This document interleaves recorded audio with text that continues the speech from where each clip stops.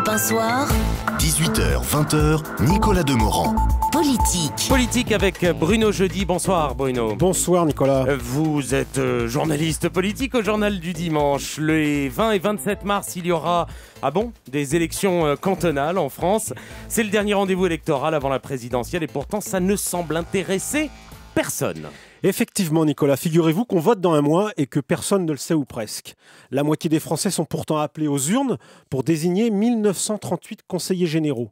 Ces élections locales sont même historiques puisque ce sont les dernières. La prochaine fois, en 2014, on élira des conseillers territoriaux, fusion en quelque sorte des actuels conseillers régionaux et conseillers généraux. Mais pour l'heure, ces cantonales ne passionnent pas les foules, ni les grands médias. Alors à qui la faute ? D'abord, il faut le dire, on ne sait pas trop à quoi servent ces élus. Ensuite, on connaît son maire, rarement son conseiller général. Pas de bol. De surcroît, ces élections ne seront pas cette année couplées avec des élections régionales comme en 2004 ou avec les municipales. Enfin, il faut le dire, la majorité et le gouvernement ne veulent pas trop faire de publicité autour d'un scrutin qui ne s'annonce pas très bon pour eux. Qu'on le veuille ou non, pourtant, c'est l'ultime rendez-vous électoral avant la présidentielle de 2012, une sorte de dernière ligne droite. Il sera donc regardé à la loupe dans les états-majors politiques. Une élection, après tout, ça vaut toujours mieux qu'un sondage. Cela permet notamment de mesurer le rapport droite-gauche dans le pays, même s'il faudra prendre quelques précautions avant d'en tirer les conclusions hasardeuses, car l'abstention risque de battre des records. Ensuite, les enjeux locaux prédominent toujours dans ce type de scrutin. Enfin, le manque de ténor dans ces élections ne favorise pas la médiatisation dans un scrutin toujours mal aimé. Reste que ce rendez-vous se présente mal pour la majorité. Sur le terrain, les candidats UMP se plaignent du mauvais climat, affaire MAM, impopularité de Nicolas Sarkozy, grogne des centristes et réforme des collectivités locales qui passent mal chez les élus.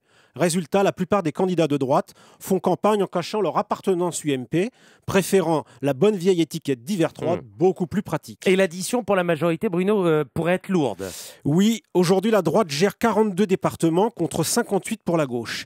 Elle pourrait encore perdre quelques places fortes. Sur la lancée des régionales victorieuses, Martine Aubry s'est fixé un objectif de 3 ou 4 gains minimum. On parle des Hautes-Alpes, l'Aveyron, la Vienne, la Côte d'Or, j'arrête ici. En privé, socialistes et verts, figurez-vous, rêvent, sans le dire trop fort, d'une dizaine de conquêtes. Autrement dit, on se retrouverait avec une France des terroirs aux 3/4 roses. Évidemment, une raclée à 1 an de la présidentielle ne serait pas de bon augure pour Nicolas Sarkozy. À l'Élysée, on a toutefois déjà ouvert le parapluie. Un conseiller du président me disait « Il faudra qu'on nous explique que les cantonales sont des élections nationales. J'attends les explications. » Ce qui n'est pas faux. Pour autant, le patron de l'UMP, Jean-François Copé, a déjà anticipé en expliquant qu'il prendrait l'entière responsabilité des mauvais résultats de mars. Bref, on ne se fait aucune illusion du côté de la majorité et même François Fillon se fait discret, concentrant ses efforts sur son fief de la Sarthe où il n'est pas à l'abri d'une mauvaise surprise. Mais une victoire de la gauche, après celle des municipales en 2008, celle des régionales en 2010, est-elle une bonne nouvelle pour l'opposition ?